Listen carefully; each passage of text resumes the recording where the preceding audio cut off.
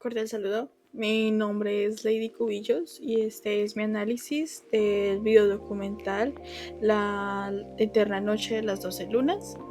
En este documental seguimos la vida de una pequeña niña llamada Pia que pertenece a los Wayuu. Se nos cuenta que ella va a tener que salir de la escuela por un periodo indeterminado. Las niñas de la escuela la van a extrañar, pero no sabemos precisamente por qué.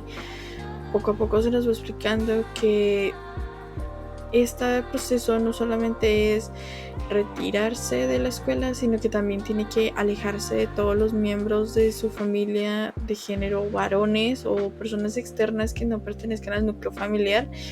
Ella en este caso cuenta con sus abuelas, con sus tías y poco más de maestras y todas del género femenino. No sabemos precisamente por qué en los primeros minutos hasta que comenzamos a ver pequeños cambios en su ambiente regular, en este caso su casa.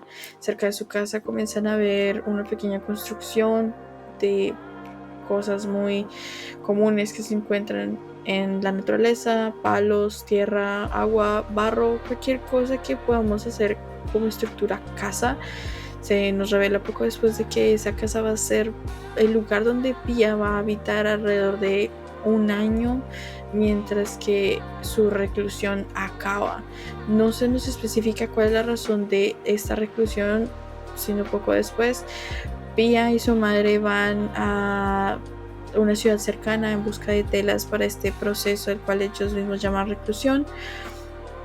En este, claramente entran a una tienda, se encuentran con una persona que atiende la misma tienda y la persona curiosa pregunta que para qué es el evento, para qué necesitan unas telas tan bonitas pero a la vez tan delgadas.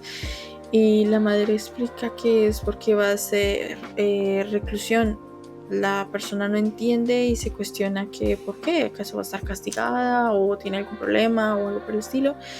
Y la madre le responde que no, es su momento para hacerlo porque ella ya va a pasar a su madurez.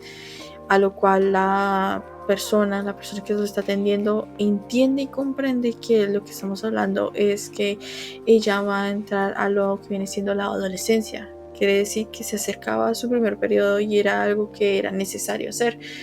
Pero aún así seguíamos nosotros como espectadores con la intriga. ¿Por qué tendría que hacer algo como eso para una niña tan pequeña? Es algo cruel si lo pensamos. Poco a poco se nos comienza a relatar de forma más cercana la razón por la cual Pia va a ser recluida en un establecimiento tan oscuro, con tan poco ambiente tradicional, por así decirlo. Se nos revela que es un proceso que no es la primera vez, no es algo que se haya hecho hace pocos años, no, realmente es una tradición muy arraigada de la cultura wayuu, en el cual cuando la mujer tiene su primer periodo tiene que ser recluida de todas las demás personas que la rodean para que ella de alguna forma se purifique y esté mentalmente preparada para llegar a la edad adulta. Es algo impactante porque estamos hablando de que un año son 12 meses. Según lo que nos cuentan, algunas mujeres tuvieron que esperar hasta 18 meses para que pudieran salir de esta reclusión. Algo muy peculiar, algo muy impactante y muy choqueante.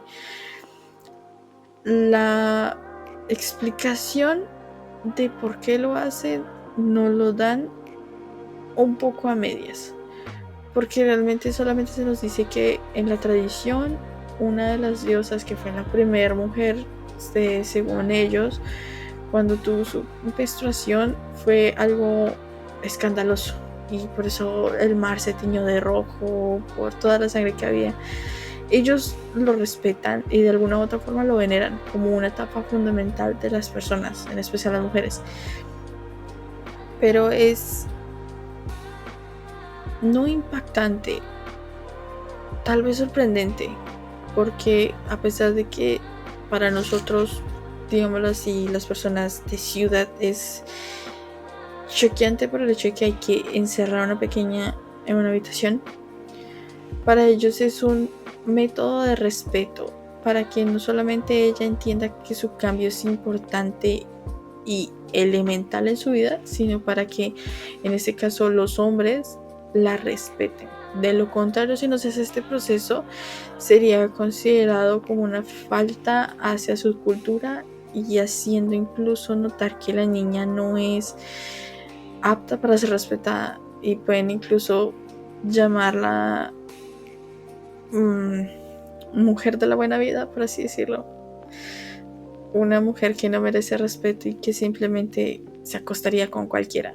Y es algo que es bastante impactante, considerando que estamos hablando de un contexto de una niña alrededor de unos 12, 11 años, y la persona que le está indicando estas palabras pesadas es su propia abuela. ¿Lo hace para protegerla? Sí. No considero que sea lo adecuado. No. Como se nos explica en el documental, las mujeres son las únicas personas que tienen acceso a las pequeñas que están a punto de tener su periodo. Se les enseña muy elementalmente cómo es ser una mujer. Tiene que portarse bien, no tiene que reír, no tiene que gritar, no tiene que jugar. Tiene que cambiar radicalmente de niña a adulta en 10, 12 meses. Algo que a mí me pareció impactante es que incluso para dormir se le tiene estrictas reglas. Ya tenía que dormir, según las palabras de una de sus abuelas, es que tenía que dormir como si fuera un cadáver, quieta, sin hacer ruidos, sin moverse en absoluto. Si se movía tendría que repetirlo otra vez y tendría que hacerlo de nuevo. Y fue algo impactante porque es una pequeña. Algo que sí me pareció sorprendente es el hecho de que las personas que realmente rigen esta comunidad son mayormente mujeres. Son las personas que tienen una palabra bastante importante a la hora de tomar decisiones, y muchas veces se les requiere a ellas ser las personas que tomen las decisiones, porque los hombres o no están, o simplemente aquí en ese documental no se les representaron como tal. No vi reflejado hombres, sino que todo se centraba alrededor de las mujeres. Para mí fue impactante, un documental crudo.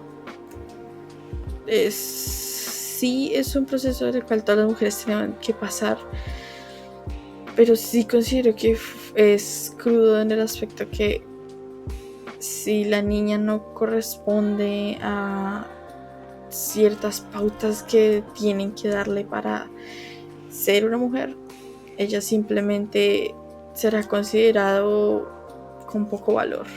Entonces es impresionante, pero considero que lo más impresionante fue el hecho de que nos mostraron uno de los tratos de cómo las mujeres wayuu consiguen matrimonio.